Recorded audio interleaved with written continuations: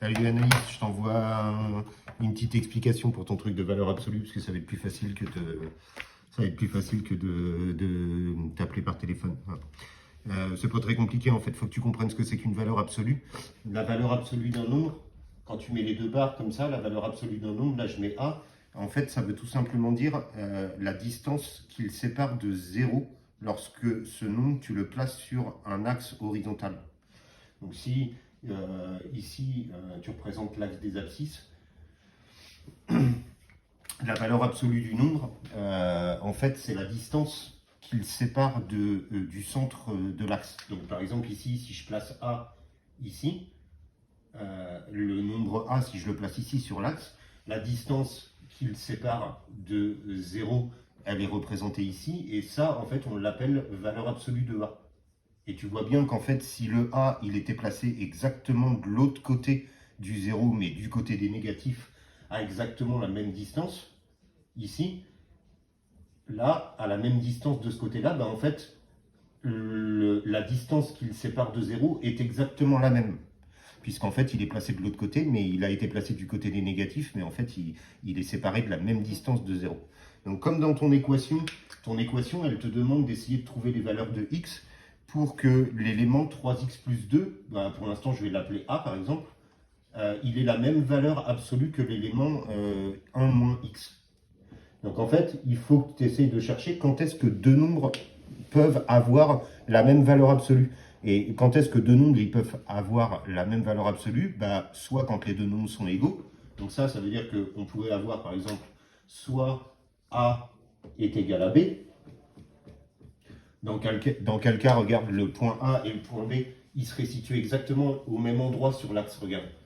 Là, si le point A il est situé ici, mais que le point B il est situé ici, on est bien d'accord que du coup les deux nombres sont égaux, et comme ils sont situés exactement au même endroit sur l'axe des abscisses, ils ont la même distance par rapport à 0, et donc en fait leur valeur absolue est la même. Mais il y a aussi une autre possibilité pour que les deux nombres aient des valeurs absolues différentes, égales, c'est qu'en fait les deux nombres soient des opposés. C'est-à-dire, regarde, si tu mets A là et que tu mets B là de l'autre côté, dans ce cas-là, les deux nombres A et B, cette fois-ci, sont plus les mêmes. On dit qu'ils sont opposés, donc c'est presque les mêmes. En fait, il n'y a que leur signe qui change, c'est les mêmes, sauf qu'en fait, ils ont le signe contraire. Mais par contre, ils sont situés à la même distance de 0. Donc en fait, une équation avec des valeurs absolues comme ça, elle se sépare en deux. Quand on dit que valeur absolue de A est égale à valeur absolue de B, ça veut dire que on a la séparation de l'équation en deux équations.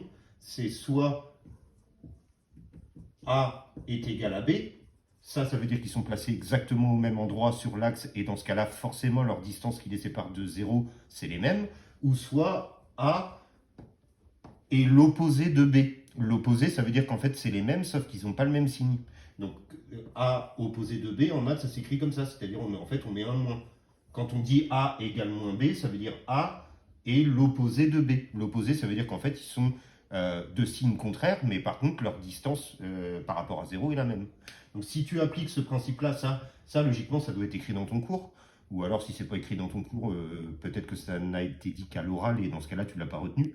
En tout cas, c'est comme ça qu'on résout une équation du style A, valeur absolue de A égale valeur absolue de B. Donc là, je le fais avec ton équation.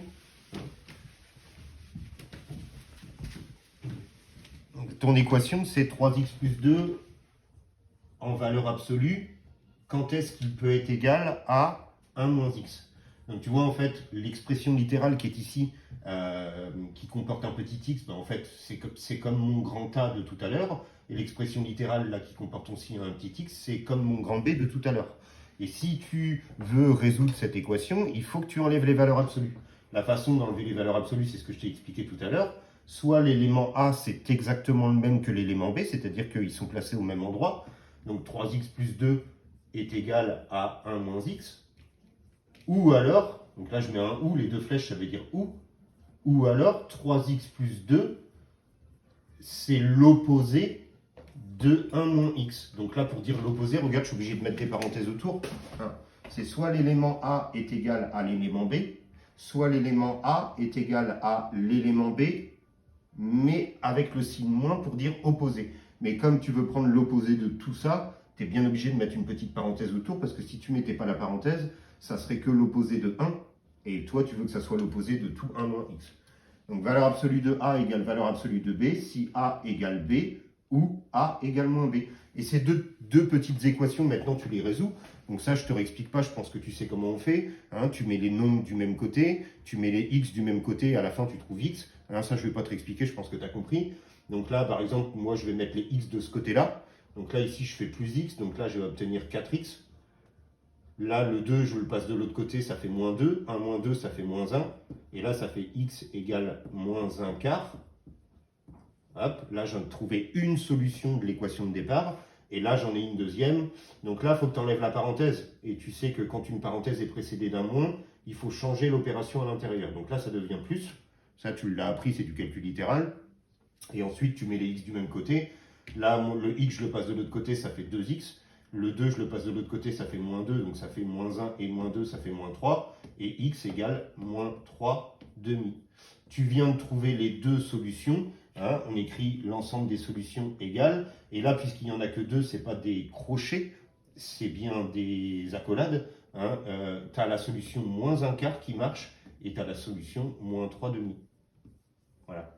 Et là, tu as résolu ton équation. Ton équation, en fait, elle a deux solutions. Il y a moins 1 quart et moins 3 demi. Puisque je te rappelle que dans une équation, c'est de trouver là où les valeurs de x qui font que le égal, il est vrai. Et maintenant, si tu remplaces, tu verras qu'en fait, ça marche, mais ça serait à toi de faire la vérification. Voilà. Et pendant que j'y suis, puisque tu as, sur ta feuille ce style d'équation-là, là, un moment sur ta feuille, tu as x plus 2 plus petit que 3 en valeur absolue. Là, si tu regardes sur l'axe, quand est-ce qu'un nombre peut avoir une valeur absolue plus petit que 3, et ben en fait, c'est quand sa distance, ça veut dire sa distance à 0. Quand est-ce qu'elle est plus petite que 3? Ben regarde, tu assures. Là, 3, je le place là. Donc tous les nombres qui sont là ont une distance à 0 plus petite que 3. Mais il y a aussi tous les nombres qui sont entre moins 3 et 0 qui ont une distance plus petite que 3.